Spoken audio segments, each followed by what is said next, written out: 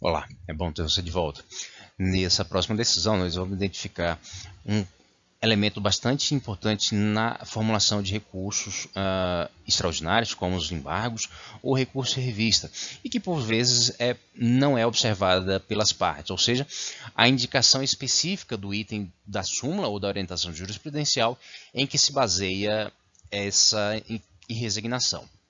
No caso, se trata dos embargos em recurso de revista 53900, dígito 04 de 2009, cuja emenda traz que a Igreja Turma deu provimento ao recurso de revista da União para excluir a responsabilidade que lhe foi atribuída. Concluiu não ser possível a condenação subsidiária do ente público com base no mero inadimplemento das obrigações trabalhistas. E resignada, a reclamante interpõe recurso de embargos, indicando contrariedade à súmula 331 e divergência jurisprudencial. Não obstante, a ausência de indicação do item do verbete 331 tido por contrariado inviabiliza o seu exame. Já o único aresto apresentado é oriundo da mesma turma prolatora do acórdão recorrido, o que não atende ao disposto no artigo 894, inciso 2º da CLT, mesmo em sua redação dada pela Lei 11.496, combinado com a OJ 95 da SD. Então são dois elementos, um acessório e um principal.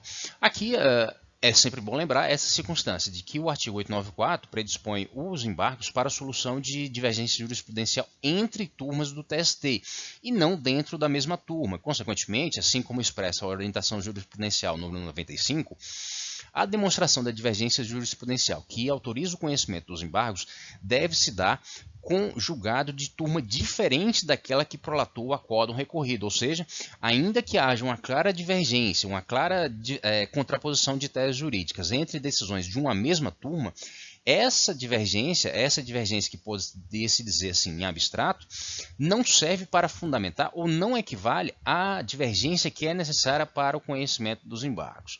E de outra parte, como se sabe, também os embargos podem ser admitidos por contrariedade à súmula ou orientação jurisprudencial, bem assim como súmula vinculante.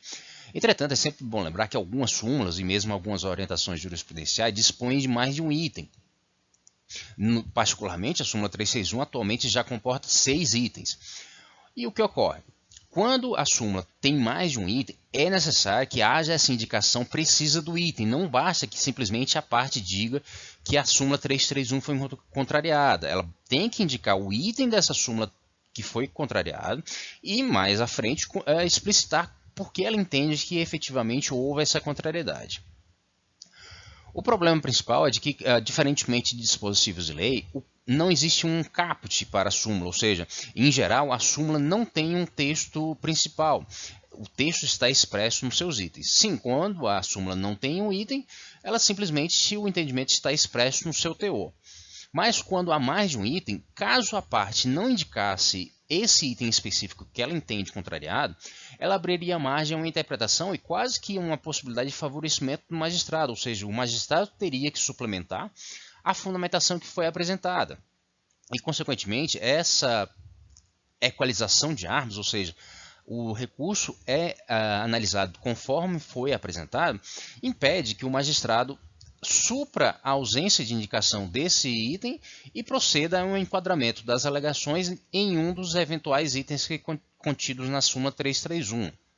E nessa contingência, é necessário sempre que se observe, quando a súmula ou a orientação jurisprudencial dispõe de mais de um item, que esse item seja expressamente indicado nas razões do recurso, sejam eles os embargos, sejam eles o recurso em revista. Quando se trata de dispositivo legal, a solução é relativamente mais simples, porque, como disse, os dispositivos legais normalmente têm um caput, que já traz nele próprio um comando normativo, o qual pode ser contrastado com a decisão. Se essa indicação do caput é suficiente ou não, já é outra questão, mas não gera uma impossibilidade de conhecimento desse recurso simplesmente por faltar a indicação de um parágrafo ou de uma linha de um dispositivo legal. O recurso da parte pode ser prejudicado por outros motivos, mas a simples falta da indicação de um dispositivo mais secundário de uma norma legal não vai prejudicar tanto quanto a falta de indicação do item da súmula ou da OJ. Então, mais uma vez, espero que esteja tudo bem com vocês hoje.